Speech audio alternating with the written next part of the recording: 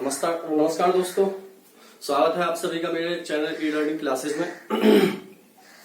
कल मैंने एक वीडियो अपलोड की थी और इस वीडियो में कुछ समय के बाद कुछ टाइम के लिए आवाज मतलब है ही नहीं वीडियो के अंदर। तो काफी सारे दोस्तों की उसमें रिक्वेस्ट आई थी कि सर इस वीडियो को दोबारा से अपलोड कर दो या दोबारा से डाल दो इस वीडियो को। तो वीडियो तो मैंने डिलीट कर दी थी अपने यहाँ पर होती है गैलरी वगैरह में। अब मैं उसको दोबारा से ही बना रहा हूँ पार्ट को। तो इस पार्ट को सभी लोग देख लेना और शेयर जरूर कर देना इस वाले पार्ट को, जिससे कि जो लोग उस वीडियो को देख लिए हैं और इस वीडियो को नहीं देख पा रहे हैं तो उनको बता जरूर देना है। सबकी जिम्मेदारी है कि अपने बराबर वालों को इस वीडियो को आज आप लोग सब शेयर करोगे, ठीक है ना, जिससे कि सारे लोग इस वीडियो को देख लें। चलो मैं शुरुआत करूंगा, इसमें बहुत ज्यादा टाइम खराब नहीं करेंगे। तो देखोगे कल मैंने जो ज्योग्राफी वाले पार्ट में वीडियो बनाई थी उस वीडियो का शुरुआत से ही बताऊंगा मैं कि कहां से क्या हुआ था। इससे पहले की बात की जाए तो उससे पहले मैंने भारत की भौगोलिक स्थिति के बारे में जो बात की थी, उस भारत की भौगोलिक स्थिति में मैंने पड़ोसी देशों की बात की थी, भारत की स्थलीय सीमा की बात की थी, भारत की स्थलीय सीमा कौन कौन से राज्यों से लगती है उसकी बात, कौन कौन से देशों से लगती है उसकी बात करी थी, कौन सा देश भारत के कौन कौन से राज्य को टच करता है उसकी बात की थी। ये सारी चीजें मैंने क्लियर की थी। लास्ट देखना शुरू करते हैं। इसमें जो हमारे पड़ोसी देश है और भारत, तो उनके बीच में सीमा रेखा बनती है, उनके नाम की बात कर लेते हैं। तो यहां पर हेडिंग में बना रहा हूं सीमा रेखा का नाम, सीमा रेखा का नाम। देखोगे यहां पर सबसे पहले हम लेंगे भारत पाकिस्तान, भारत पाकिस्तान सीमा रेखा, और इसका नाम बताया था मैंने आपको रेड क्लिफ। क्या बताया था? रेड क्लिफ रेखा। अब देखो इस रेड क्लिफ रेखा का जो निर्धारण हुआ था वो 1947 में हुआ था। रेड क्लिफ रेखा का जो नाम रखा गया था, भारत पाकिस्तान के बीच की जो रेखा है ये वाली, इसका नाम क्या कब रखा गया था? 1947 में रखा गया था। और इनका नाम क्या था पूरा? Cyril red Cliff, Cyril red Cliff इनका पूरा नाम था। तो एक तो ये वाला पॉइंट इंपॉर्टेंट रहेगा आपके लिए कि इनका पूरा नाम क्या था। तो पूरा नाम कई बार पेपर में दे देता है Cyril Radcliffe, Cyril Radcliffe, और भी कई नाम दे देगा आपके लिए रेड क्लिफ नाम से ही। तो आपको पूरा नाम सही से याद रखना है, ठीक है। ये भारत और पाकिस्तान के मध्य की सीमा रेखा है। लेकिन यहां पर दूसरा पॉइंट है आपके लिए जम्मू कश्मीर, जम्मू एंड कश्मीर, और पाकिस्तान के बीच की जो सीमा रेखा है उसका नाम क्या है? पीओके। क्या है? पीओके, पाक ऑक्युपाइड कश्मीर क्षेत्र, ठीक है। क्या नाम है? पाक ऑक्युपाइड कश्मीर क्षेत्र इसका नाम है। तीसरा देखोगे इसमें देखोगे भारत और अफगानिस्तान, भारत और अफगानिस्तान सीमा रेखा। तो भारत अफगानिस्तान के बीच की जो सीमा रेखा है उसका नाम है ड्यूरेंट रेखा, ड्यूरेंट रेखा। और इस ड्यूरेंट रेखा की अगर बात की जाए, इनका नाम ही पूरा ये था सर ड्यूरेंट, ठीक है। क्या नाम था? सर ड्यूरेंट इनका नाम था। और इसका निर्धारण हुआ था 1893 में। कब हुआ था? 1893 ईस्वी में भारत पाकिस्तान के मध्य की जो सीमा रेखा है ड्यूरेंट रेखा, इसका निर्धारण हुआ था। इंपॉर्टेंट इसमें ये रहेगा कि विश्व में सबसे ज्यादा जो खतरनाक सीमा रेखा मानी जाती है वो ड्यूरेंट रेखा मानी जाती है। ये क्वेश्चंस आता भी रहता है पेपर में, याद भी रख लेना है आपको कि विश्व की सबसे ज्यादा खतरनाक सीमा रेखा कौन सी मानी जाती है? ड्यूरेंट रेखा विश्व की सबसे खतरनाक सीमा रेखा मानी जाती है, ठीक है। ये जो ड्यूरेंट रेखा भारत पाकिस्तान के बीच में, भारत अफगानिस्तान के बीच में है, यही ड्यूरेंट रेखा पाकिस्तान और अफगानिस्तान के बीच में भी है। पाकिस्तान और अफगानिस्तान के बीच में भी कौन सी है? उसका नाम भी क्या है? ड्यूरेंट रेखा। क्या नाम है? ड्यूरेंट रेखा। पाकिस्तान और अफगानिस्तान के बीच में भी जो सीमा रेखा है उसका नाम भी क्या है? ड्यूरेंट रेखा। तो इतना इसमें याद रखोगे। इसके अलावा देखोगे ये भारत है, ये चीन है, ये भारत है और ये चीन है। तो भारत और चीन के बीच में जो सीमा रेखा है उसका नाम है मैकमोहन, मैकमोहन, ठीक है। क्या नाम है? मैकमोहन। और इसका निर्धारण कब हुआ था? 1914 ईस्वी में। कब हुआ था? 1914 ईस्वी में। तो ये मैकमोहन जो सीमा रेखा का निर्धारण हुआ था वो कौन से राज्य की सीमा पर किया गया था? अरुणाचल प्रदेश की सीमा पर। ठीक है, कौन से राज्य की सीमा पर किया गया था? अरुणाचल प्रदेश की सीमा रेखा पर किया गया था। क्वेश्चन पेपर में आया था कि अरुणाचल प्रदेश का पुराना नाम क्या था? तो अरुणाचल प्रदेश को नीफे के नाम से भी जानते थे। किस नाम से? नीफे के नाम से भी जानते थे। ठीक है, तो ये याद रखना, निफे के नाम से किसको जाना जाता था? अरुणाचल प्रदेश को निफे के नाम से भी जाना जाता था। याद रख पाओगे? आगे बढ़ जाए थोड़ा सा और आगे देखोगे, भारत नेपाल की सीमा रेखा का नाम भारत नेपाल सीमा रेखा है, लेकिन भारत भूटान, देखो ये वाला जो क्षेत्र है ये नेपाल वाला क्षेत्र है। कौन सा? ये नेपाल वाला क्षेत्र। हर एक चीज को क्लियर रखो, ये पाकिस्तान वाला क्षेत्र और इधर ये अफगानिस्तान वाला क्षेत्र है। ठीक है, ये पहले भी बता चुका हूं। ये भूटान वाला क्षेत्र है। कौन सा है? भूटान वाला क्षेत्र है। तो भारत और भूटान के बीच की जो सीमा रेखा है, भारत भूटान के बीच की सीमा रेखा का नाम क्या है? मैक्सवेल। क्या नाम है? मैक्सवेल इसका सीमा रेखा का नाम है। भारत भूटान के बीच की सीमा रेखा का नाम क्या है? मैक्सवेल। भारत भूटान के बीच की जो सीमा रेखा उसका नाम क्या है? मैक्सवेल सीमा रेखा। ये इंपॉर्टेंट भी रहेगा आपके लिए, याद भी रखना। इसके अलावा देखोगे ये है बांग्लादेश, बांग्लादेश, और ये वाला जो राज्य है भारत का ये है त्रिपुरा। कौन सा है? त्रिपुरा। तो बांग्लादेश और त्रिपुरा के बीच में जो सीमा रेखा बनती है, इस वाली सीमा रेखा को बोला जाता है, ये जो सीमा रेखा बन रही है इसको बोला जाता है शून्य रेखा।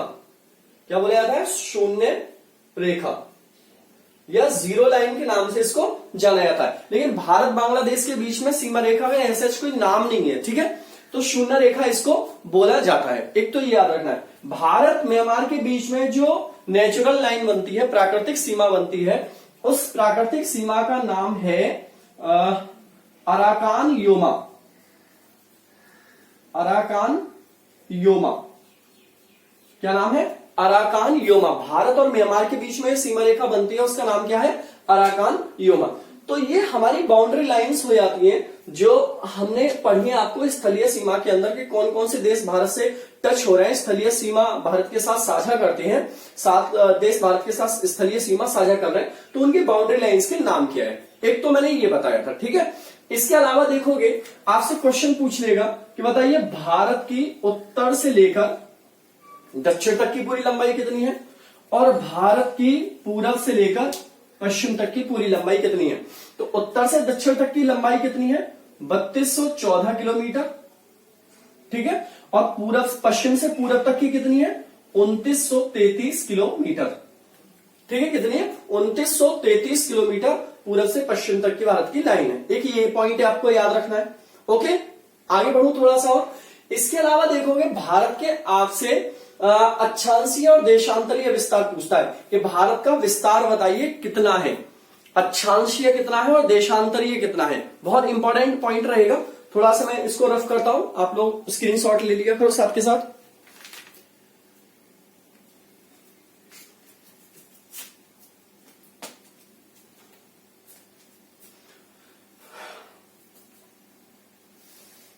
देखो, भारत की अक्षांशीय और देशांतरीय स्थिति को मैं समझाने से पहले कुछ चीजें और समझाऊंगा आपको, और बहुत इंपॉर्टेंट पॉइंट है, यहां से क्वेश्चंस पेपर में आता ही आता है। तो एक बार तो मैं लिख देता हूं भारत की अक्षांशीय और देशांतरीय स्थिति। देखो, यहां पर जो भारत की स्थिति है नॉर्थ में, ये है 37 डिग्री 6 मिनट। कितनी है? 37 डिग्री 6 मिनट। और जो भारत का मुख्य दक्षिणी पॉइंट है, मुख्य दक्षिणी पॉइंट वो कितना? 8 डिग्री 4 मिनट। कितना है? 8 डिग्री 4 मिनट। जो भारत का पश्चिमी पॉइंट है वो कितना है? 68 डिग्री 7 मिनट। कितना है? 68 डिग्री 7 मिनट। ठीक है, जो भारत का पूर्वी विस्तार है वो कितना है? यहां पर 97 डिग्री 25 मिनट। कितना है? 97 डिग्री 25 मिनट। ठीक है, ये तो भारत का विस्तार है कि यहां पर 68 डिग्री 7 मिनट है, यहां पर 37 डिग्री 6 मिनट है, यहां पर 8 डिग्री 4 मिनट है, और यहां पर कितना है? 97 डिग्री 25 मिनट भारत का विस्तार है। ओके, अब देखो क्वेश्चंस यहां से ये आता है कि ये जो विस्तार है इसमें कौन सा अक्षांशीय है और कौन सा देशांतरीय है। ठीक है, इस तरीके से, और कौन सी दिशा में है, ये क्वेश्चन आता है पेपर में। तो देखो इस चीज को समझने के लिए पहले थोड़ी सी बातों को समझते हैं। जैसे देखना, मैंने यहां पर बनाई अर्थ, क्या बनाई, अर्थ, ठीक है। अब देखो इस अर्थ के अंदर, इस अर्थ को मैं दो भागों में डिवाइड कर रहा हूं, बराबर भागों में। देखो जो लाइन पृथ्वी को दो बराबर भागों में बांटती है, जो लाइन पृथ्वी को दो बराबर भागों में बांटती है, उस रेखा को भूमध्य रेखा कहा जाता है। जो रेखा भारत को दो भागों जो रेखा पृथ्वी को दो बराबर भागों में बांटती है, उस रेखा को इक्वेटर लाइन या भूमध्य रेखा कहा जाता है, विषुवत रेखा भी उसको कहा जाता है। तो देखो ये वाली जो लाइन है पृथ्वी को दो बराबर भागों में बांट रही है, इसका नाम हमने भूमध्य रेखा रख दिया, भूमध्य रेखा, या इसी रेखा को हम विषुवत रेखा भी बोल देते हैं, विषुवत रेखा, ठीक है। और ये कितने डिग्री पर होती है, ये 0 डिग्री पर, इधर भी 0 होगा तो इधर भी 0 होगा, ठीक है। पूरी एकदम से पैरेलल लाइन होती है या सीधी लाइन होती है। अब देखो भाई इसी लाइन के बिल्कुल समानांतर जो लाइन ऐसे खींची जाए, इस लाइन के समानांतर जो लाइन इस तरीके से खींची जाए, इन सब लाइन को हम क्या बोलते हैं, अक्षांशीय रेखा, ठीक है। जो लाइन भूमध्य रेखा के समानांतर खींची जाती है, उन रेखाओं को पृथ्वी पर अक्षांशीय रेखा कहा जाता है। और ये अक्षांशीय रेखा काल्पनिक रेखा होती है। कैसी होती है, काल्पनिक रेखा होती है।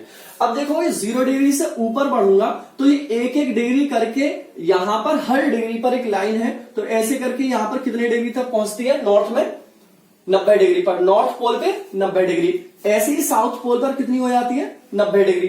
तो इन दोनों को जब हम मिला लेते हैं तो इन दोनों को मिलाने पर टोटल कितना बैठता है, 180, और एक कौन सी हो गई हमारी, 0 लाइन, तो टोटल कितना हो गया, 181।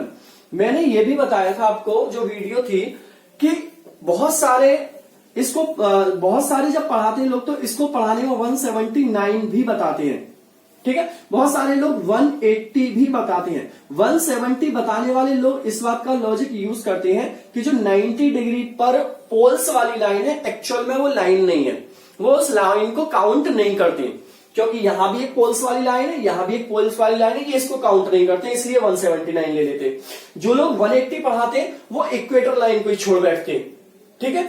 तो इसमें वास्तव में एग्जैक्ट की बात आ जाए, क्योंकि डिग्री तो 90 है ना, ऊपर तक डिग्री 90 है भाई। डिग्री तभी तो बनाई है हमने जब कोई ना कोई लाइन काल्पनिक खींची है और नीचे भी खींची है, तो वास्तव में 180 ही माना जाता है इसका सही, ठीक है। तो इसको एक बार ये याद रखना।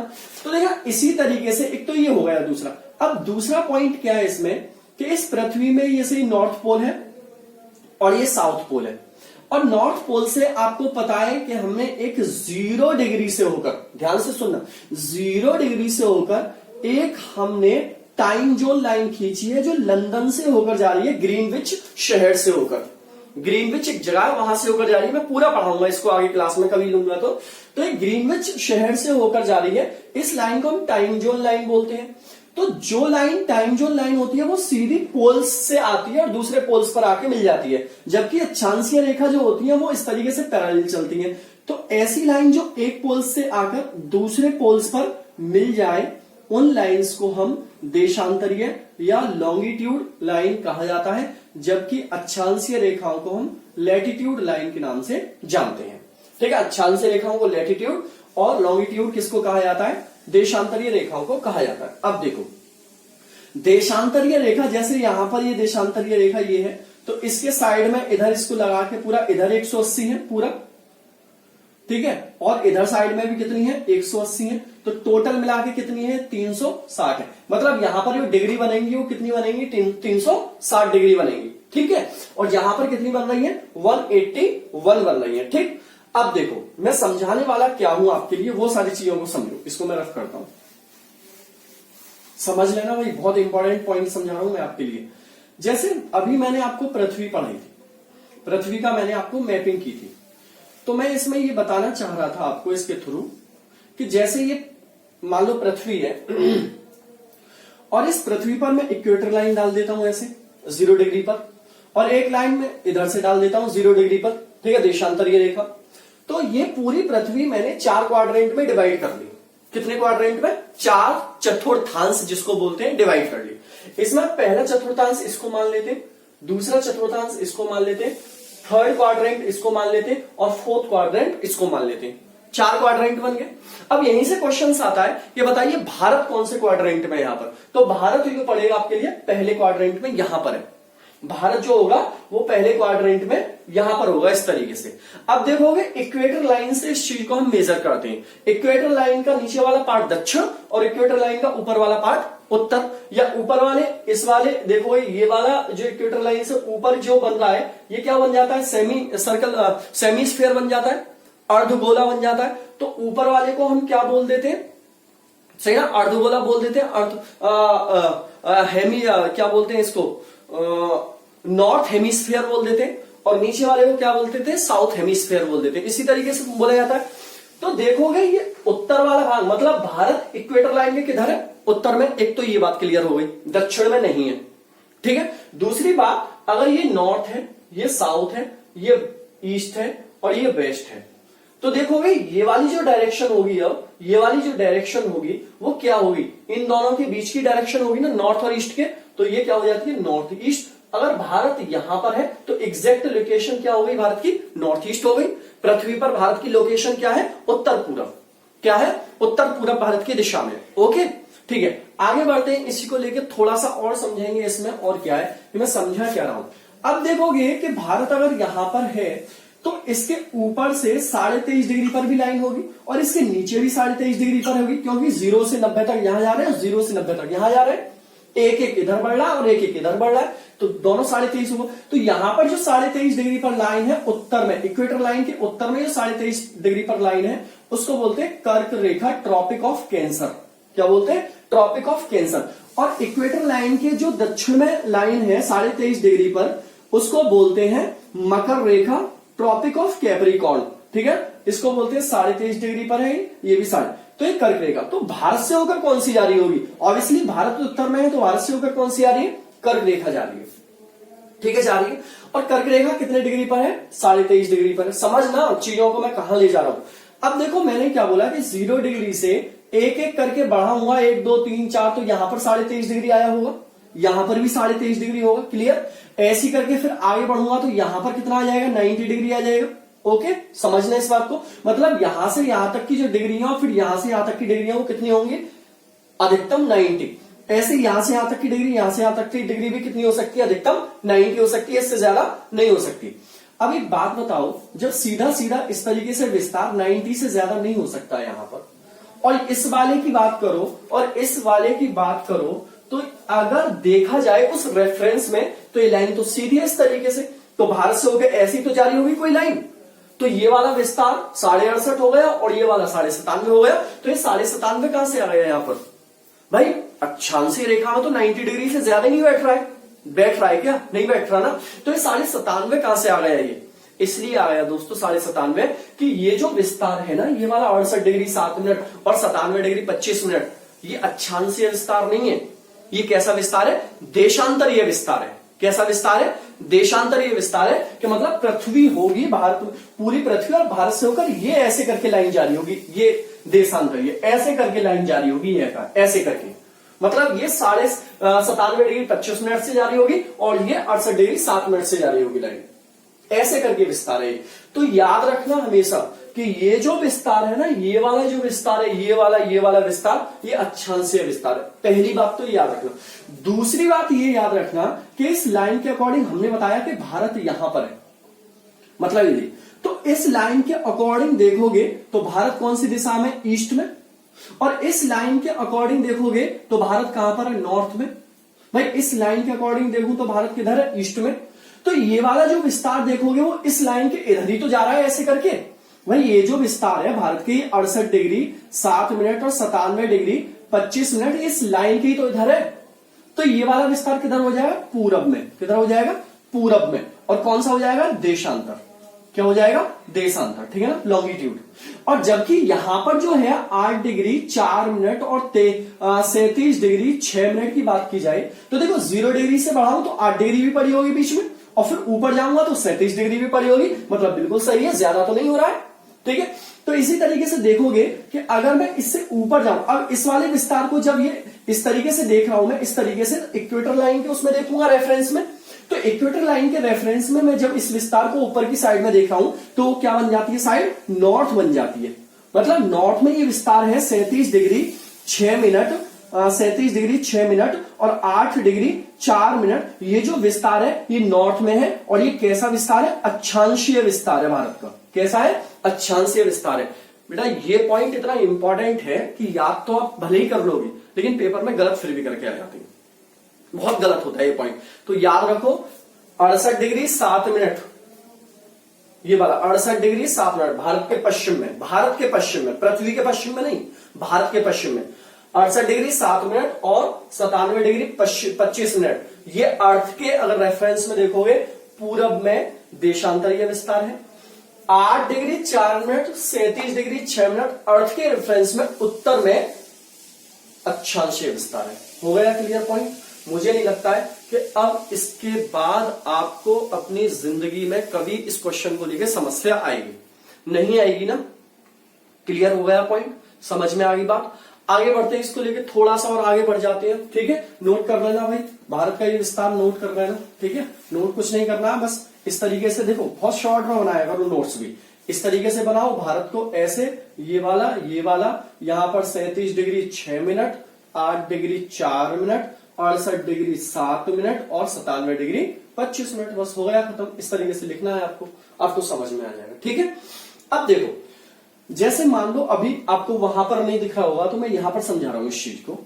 अगर मान लो कि अगर आपसे भारत का सबसे दक्षिणतम अक्षांशीय विस्तार पूछे, सबसे दक्षिणतम अक्षांशीय विस्तार, तो देखोगे मान लो भारत का ये वाला पॉइंट मतलब मुख्य भारत है, ये भी मुख्य भारत है और ये भी मुख्य भारत है, ये भी, जैसे ये मुख्य भारत, ये मुख्य भारत, ये मुख्य भारत और ये मुख्य भारत की सीमा।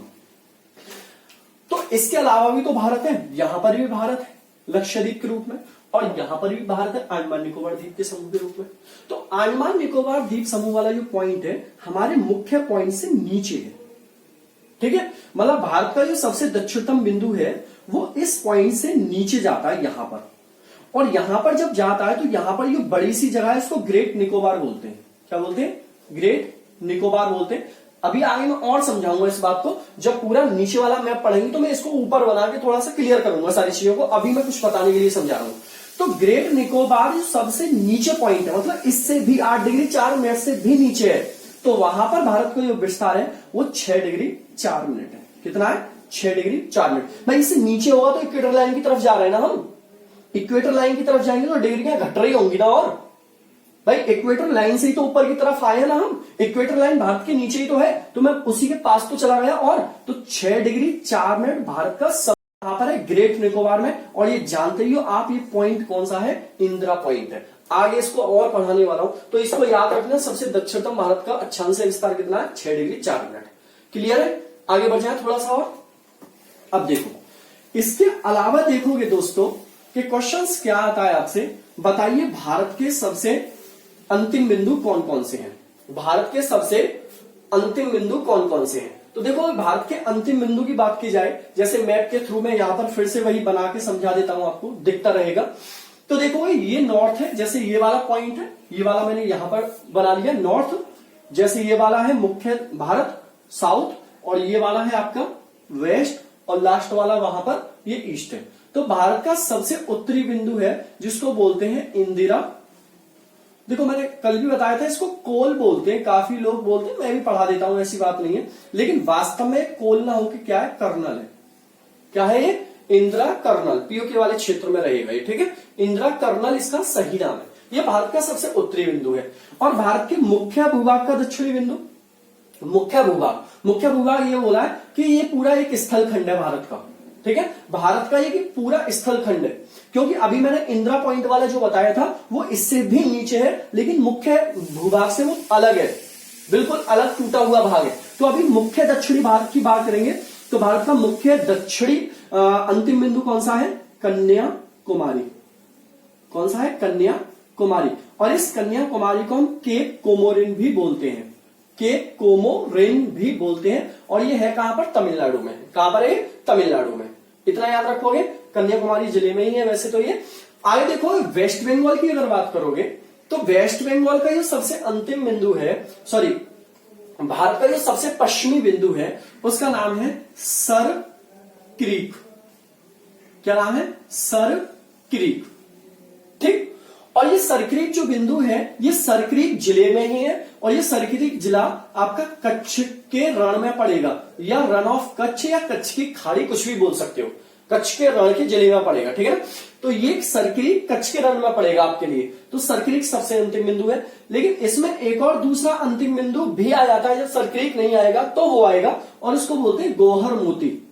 गोहर मोती, या कहीं कहीं उसको गोहर मोता भी बोल देते हैं। गोहर मोती दूसरा अंतिम बिंदु है इसका, ठीक है। आपको एक ही मिलेगा ऑप्शन में, दोनों इसमें से नहीं मिलेंगे। तो ये सबसे पश्चिमी हो जाता है। सबसे पूर्वी की बात करोगे तो सबसे पूर्वी है ये अजाओ जिले में है, अजाओ, और अजाओ जिले में पॉइंट है, कस्बा है अजाओ, सॉरी। तो यहां पर है किबिथु। क्या नाम है? किबिथु। ये भारत का सबसे पूर्वी बिंदु है। अगर किबिथु नहीं मिलेगा तो आपको क्या मिलेगा? बालांग्यू। क्या मिलेगा? बालांग्यू। और ये जो बिंदु है किबिथु बालांग्यू, ये विवादित बिंदु है, मतलब इस पर विवाद रहता है चाइना से लेकर। लेकिन अगर निर्विवाद बिंदु की बात करोगे, सर ऐसा कौन सा है जो विवादित नहीं है, फिर तो उसे मानते हैं हम विजयनगर। क्या मानते हैं? विजयनगर भारत का ऐसा बिंदु है सबसे पश्चिमी जो विवादित नहीं है, निर्विवादित है। और ये कैसा है? विवादित, लेकिन विवादित ही पेपर में आता है, ज्यादातर कंडीशन में यही आया, फिर भी आप इसको भी याद रख लेना। तो ये भारत के अंतिम बिंदु हो गए यहां पर। लेकिन अगर आपसे क्वेश्चन क्या पूछने वाला है यहां से कि भारत का सबसे दक्षिणतम बिंदु बताओ, फिर दक्षिणतम वाली बात आ गई, सबसे साउदर्न पॉइंट बताओ, क्योंकि ये तो सिर्फ मुख्य भूभाग का दक्षिणी बिंदु है। इससे नीचे भी भारत है, और इससे नीचे कहां पर है? जब हम अंडमान निकोबार द्वीप समूह की बात करते हैं तो अंडमान निकोबार द्वीप समूह इससे नीचे पहुंच जाता है, और इससे नीचे पहुंचता है तो ये वाला क्षेत्र है, इसे कहते हैं हम ग्रेट निकोबार। क्या बोलते हैं? ग्रेट निकोबार। और इस पर जो बिंदु है सबसे अंतिम, इसका नाम है इंदिरा पॉइंट। क्या नाम है? इंदिरा पॉइंट इस बिंदु का नाम होता है, ठीक है। सबसे दक्षिणतम, जब सबसे दक्षिणतम बोलेगा तभी इंदिरा पॉइंट लगाओगे, और मुख्य दक्षिणी बिंदु बोलेगा तो आप कन्याकुमारी लगाओगे, ठीक है ना। और इस पॉइंट का जो इंदिरा पॉइंट है, इसका इंदिरा पॉइंट एक्चुअल में पहले नाम नहीं था। पहले इसका नाम था पिग हेलियन, ठीक है ना। क्या नाम था? पिग हेलियन इसका पहले नाम था। 1984 में इंदिरा गांधी के नाम पर इसका नाम रखा गया है। तो इतना आपको इसमें याद रखना है यहां से अंतिम बिंदु के बारे में। इसके अलावा मैंने और क्या पढ़ाया था वो भी डिस्कस कर लेते हैं यहां से। मैंने पढ़ाया था आपके लिए भारत में सबसे क्षेत्रफल के आधार पर सबसे बड़े राज्य कौन कौन से हैं। तो क्षेत्रफल के आधार पर भारत के राज्यों की बात करोगे तो सबसे बड़ा राज्य कौन सा है? राजस्थान। उसके बाद कौन सा है? मध्य प्रदेश। उसके बाद कौन सा है? महाराष्ट्र। उसके बाद कौन सा है? उत्तर प्रदेश। उसके बाद गुजरात।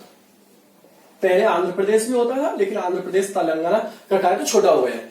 तो देखो ये वाले सबसे क्षेत्रफल में सबसे बड़े राज्य हैं। और सबसे छोटे राज्य कौन से? छोटे राज्य क्षेत्रफल में, छोटे राज्य क्षेत्रफल में तो उसमें सबसे पहला है गोवा, दूसरा है सिक्किम, नेक्स्ट है त्रिपुरा, नेक्स्ट है इसमें नागालैंड, और नेक्स्ट है इसमें मिजोरम।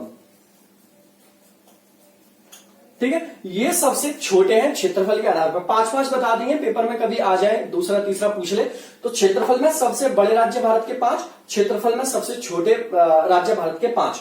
ठीक है, तो इसमें इतना याद रख लेना। इसका अगर क्षेत्रफल आपसे पूछ भी ले तो 3,42,269 किलो स्क्वायर किलोमीटर है।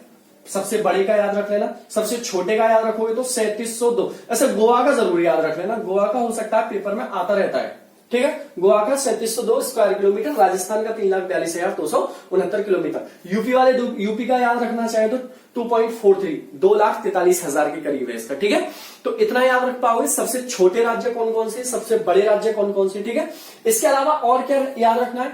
भारत में सबसे ज्यादा जनसंख्या वाला राज्य, सबसे ज्यादा जनसंख्या वाला राज्य कौन सा है? सभी जानते हो, यूपी है। ठीक है, सबसे ज्यादा जनसंख्या कहां पर है? यूपी है। सबसे कम जनसंख्या कहां पर है? कम जनसंख्या राज्य की बात कर रहा हूं मैं। सबसे कम जनसंख्या वाला राज्य कौन सा है? सिक्किम है। कौन सा है? सिक्किम है। ठीक है, सबसे ज्यादा घनत्व किस राज्य में है? घनत्व वाला राज्य कौन सा है सबसे ज्यादा? बिहार है। ये बहुत इंपॉर्टेंट है, कई बार परीक्षा में आ चुका है, कई बार परीक्षा में आ चुका है। सबसे ज्यादा घनत्व वाला राज्य कौन सा है? बिहार है। ये भी याद रखना है। ठीक है, इसी तरीके से क्वेश्चन पूछ लेगा, सबसे बड़ा क्षेत्रफल के आधार पर केंद्र शासित प्रदेश कौन सा है? जम्मू कश्मीर। देखो पहले दिल्ली भी आता था ऑप्शन में, लेकिन अब आप आंसर क्या लगाओगे? जम्मू कश्मीर। ठीक है, जम्मू कश्मीर अभी केंद्र शासित प्रदेश बन गया है 31 अक्टूबर 2019 को। सबसे बड़ा है वो केंद्र शासित प्रदेश, और जनसंख्या में भी सबसे ज्यादा है वो। ठीक है, जनसंख्या भी जम्मू कश्मीर की सबसे ज्यादा है। सबसे कम जनसंख्या वाला और सबसे कम क्षेत्रफल वाला कौन सा है? पुदुचेरी। कौन सा है? सॉरी, लक्षद्वीप। लक्षद्वीप की 32 स्क्वायर किलोमीटर का कुल क्षेत्रफल है उसका। तो सबसे कम क्षेत्रफल वाला राज्य कौन सा है? आपका लक्षद्वीप है। तो इतना यहां पर आपको याद रखने, अभी और भी पढ़ाऊंगा इसमें, आगे के लिए बहुत सारी डिटेल्स रहेंगी, वो भी आपके लिए डिस्कस करनी है। तो ये याद रखना है आपके लिए। और क्या याद रखना है दोस्तों इसमें? और ये याद रखना है, लास्ट इसमें डिस्कस कर लेते हैं कि भारत से होकर एक लाइन गुजरती है। अभी मैं डिस्कस भी कर रहा था आपको, कर्क रेखा। भारत से होकर जाने वाली एकमात्र लाइन कौन सी है? कर्क रेखा। और भारत के वो कितने राज्यों से जाती है? 8 राज्यों से होकर जाती है। कौन कौन से राज्य हैं? गुजरात, राजस्थान, मध्य प्रदेश, छत्तीसगढ़, झारखंड, वेस्ट बंगाल, त्रिपुरा और मिजोरम। ये सीक्वेंस में इसी तरीके से याद रखते हैं, क्योंकि कई बार पेपर में इनको पूरब से पश्चिम, पश्चिम से पूरब लगवा लेता है। ठीक है, जैसे मैंने बोला है इनको वैसे ही याद रखना है। तो एक बार मैं दिखा देता हूं मैप के अंदर कि वो किस तरीके से है। देखोगे, जैसे इस तरीके से लाइन आ रही है, और ये लाइन ऐसे होते हुए ऐसे करके जा रही है। ठीक है, इस तरीके से लाइन जा रही है। जब ये आती है तो कच्छ के रण से प्रवेश करती है, और कच्छ के रण से होती हुई अहमदाबाद, देखो इंपॉर्टेंट सब याद रखेंगे। अहमदाबाद के बाद राजस्थान में, ये गुजरात में हो जाएगा, राजस्थान में आ गए हम मेहसाणा, फिर राजस्थान में बेसवाड़ा या बसवाड़ा। ठीक है, फिर इसके बाद मध्य प्रदेश में रतलाम, और मध्य प्रदेश में उज्जैन, मध्य प्रदेश में ही भोपाल, और मध्य प्रदेश में ही जबलपुर। ठीक है, ये मध्य प्रदेश में होके जा रही है, ये राजस्थान में होके जा रही है यहां से, और ये गुजरात से जा रही है। फिर उसके बाद छत्तीसगढ़ में एक जिला है सरगुजा, सूजा नहीं है, गूजा है। ठीक है ना, सूजा मत देना किसी को। सरगुजा छत्तीसगढ़ से होके जा रही है। फिर इसके बाद आओगे झारखंड, रांची। झारखंड के बाद आओगे वेस्ट बंगाल, पुरुलिया। ठीक है, पुरुलिया से होकर जा रही है। त्रिपुरा में आओगे तो जो त्रिपुरा में एक जिला है दक्षिणी त्रिपुरा से जा रही है। और इसके बाद मिजोरम में जब आओगे तो मिजोरम में है एक जगह लेंगले। तो इन जिलों से होकर ये लाइन गुजरती है। कौन सी? कर्क रेखा। ठीक है, कौन सी है? कर्क रेखा। और कर्क रेखा पर ही होने की वजह से यहां पर मध्य भारत में गर्मी होती है, जैसे अभी शुरू हो गई है, क्योंकि अब सूरज इसके ऊपर आ जाएगा कर्क रेखा पर, और 90 डिग्री पर आना शुरू हो जाएगा ये। तो इसलिए गर्मी यहां पर बढ़ जाएगी। वो जलवायु वाले मौसम में, जलवायु वाला जो चैप्टर होगा उसमें क्लियर कराएंगे ज्योग्राफी में। तो ये जिले याद रखने, आपको रिपीट कर देता हूं मैं। अहमदाबाद गुजरात में है, मेहसाणा राजस्थान में, बेसवाड़ा राजस्थान में, उज्जैन, रतलाम, उज्जैन, भोपाल, जबलपुर, ये सब के सब मध्य प्रदेश में, सरगुजा छत्तीसगढ़ में, रांची तो राजधानी है झारखंड में, पुरुलिया वेस्ट बंगाल में, दक्षिणी त्रिपुरा में, लिंगलेई मिजोरम में है। ठीक है, इस रेखा की भारत में जो लंबाई है वो 2678 किलोमीटर है। कितनी है? 2678 किलोमीटर की इसकी पूरी लंबाई है। और इसकी सबसे ज्यादा जो लंबाई है वो मध्य प्रदेश के अंदर है। कहां पर है? मध्य प्रदेश में। ये एकमात्र कैपिटल रांची से सबसे ज्यादा गुजरती है। ठीक है ना, कैपिटल की बात करें तो रांची में होके जाती है। भोपाल के सिर्फ नजदीक से थोड़ा सा होके जाती है, लेकिन रांची इसमें ज्यादा इंपॉर्टेंट रहेगा। ये बात याद रख लेना है। ठीक है, तो कल के मैंने जो क्लास में शायद इतना ही कुछ बताया था, बताने को तो मैं आगे बढ़ा सकता हूं, लेकिन उसी क्लास को मैंने कंप्लीट किया है दोबारा से आज। सभी दोस्त देखो, इस बात को ध्यान रखो आज कि इस वीडियो को शेयर जरूर करना प्लीज, ठीक है, इस वाली को, क्योंकि कोई छूट ना जाए जिसका उस क्लास में छूट गया है। जितने भी देखोगे तो शेयर जरूर करोगे, प्लीज इस बात को ध्यान रखना, ठीक है। चलो अगली वीडियो में फिर मिलता हूं आपको। टाटा बाय बाय, जय हिंद।